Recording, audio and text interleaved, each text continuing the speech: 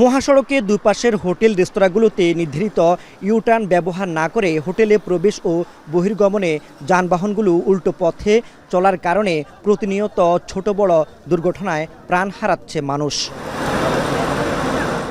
সম্প্রতি Miami laser resort থেকে মহাসড়কে উঠতে গেলে একটি প্রাইভেট কার দুর্ঘটনায় একই পরিবারের 4 সদস্য সহ 5 জনের প্রাণহানি ঘটে। এছাড়া 2025 সালের 22 অক্টোবর হোটেল নূরজাহানের সামনে উল্টো পথে হোটেলে প্রবেশের কারণে দুর্ঘটনায় প্রাণ হারান একই পরিবারের 4 জন।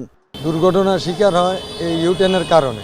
ইউটেনে ঘুরে নূরজাহান হোটেলে যাইবার কারণে এই দুর্ঘটনা হয়। কর্তৃপক্ষ আছে, সড়ক বিভাগ আছে, তারা দেখবে।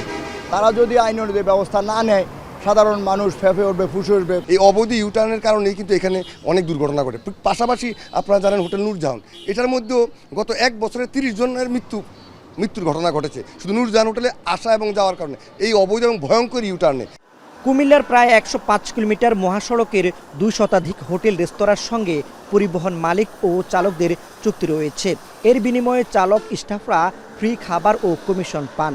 ফলে যাত্রীদের নিরাপত্তার তোয়াক্কা না করে পরিবহনগুলো ঝুঁকি নিয়ে চলাচল করায় ঘটে দুর্ঘটনা। যাত্রীবাহী যে বাসগুলি আছে সেগুলি উল্টো পথে কোনো হোটেলে যেতে পারবে না। এই ব্যবসার জন্যই এই প্রাণহানির ঘটনাটা ঘটছে। আমি মিয়ামির কথা বলছি না, ঢাকা চট্টগ্রাম মহানগরে যেসব হোটেলগুলিতে এরকম উল্টো পথের ব্যবস্থা আছে সেগুলি বন্ধ করা দরকার এবং এ ব্যাপারে প্রয়োজনীয় ব্যবস্থা নেওয়া দরকার। তারা যদি নিয়ম মেনে যায় তাহলেই আর এই দুর্ঘটনাটা হবে না। তারা যদি নিয়ম মানে তাহলে হয়তো 2 কিলো 5 কিলো সামনে গিয়ে ঘুরতে হবে, 2 কিলো পিছন দিক দিয়ে এসে নিয়ম মেনে ঘুরতে হবে। এটা ঘুরলেই এই দুর্ঘটনার হার কমবে। উল্টো পথে গাড়ি চলাচল ঠেকাতে হাইওয়ে পুলিশ এবং সড়ক ও জনপথ বিভাগের নেই কার্যকর উদ্যোগ। প্রত্যেক রেস্টুরেন্টে আর পুলিশ দেওয়া যাবে না, কে কোন রেস্টুরেন্টে যাবে এটা তো কন্ট্রোল করাটা পুলিশের কতটা সমীচীন। যেখানে উল্টো পথে যাবে সেটা আমরা দেখে থাকি। উল্টো পথে আপনি আমাদের কাছে পরিসংখ্যান নিতে পারেন, যারা উল্টো পথে যায় আমরা তাদেরকে প্রসিকিউশন মামলার আওতায় নিয়ে আসতেছি। এগুলো আমরা আমাদের চোখে পড়া মাত্রই আমরা বন্ধ করে দিই, কিন্তু দেখা যাচ্ছে যে এটা বন্ধ করার কিছুদিন পরে পাবলিক আবার নিজের প্রয়োজনে আবার তারা খুলে ফেলে।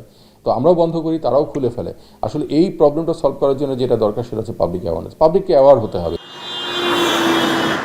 দীর্ঘ পথের যাত্রায় মহাসড়কের পাশের এসব হোটেল রেস্তোরাঁয় থেমে খাবার খান যাত্রীরা, কিন্তু অপরিকল্পিত প্রবেশ পথ এবং দুর্ঘটনার ঝুঁকির কারণে অনেক রেস্তোরাঁ এখন যাত্রীদের কাছে আতঙ্কের কারণ। তাই মহাসড়কের পাশে থাকা এসব হোটেল রেস্তোরাঁয় প্রবেশ ও বহির্গমনে নিরাপত্তা ব্যবস্থা নিশ্চিত করা এবং খাবারের মান ও দাম নিয়ন্ত্রণে সংশ্লিষ্ট প্রশাসনের কার্যকর পদক্ষেপ চায় যাত্রীরা। মাসুদ আলম, এখন, কুমিল্লা।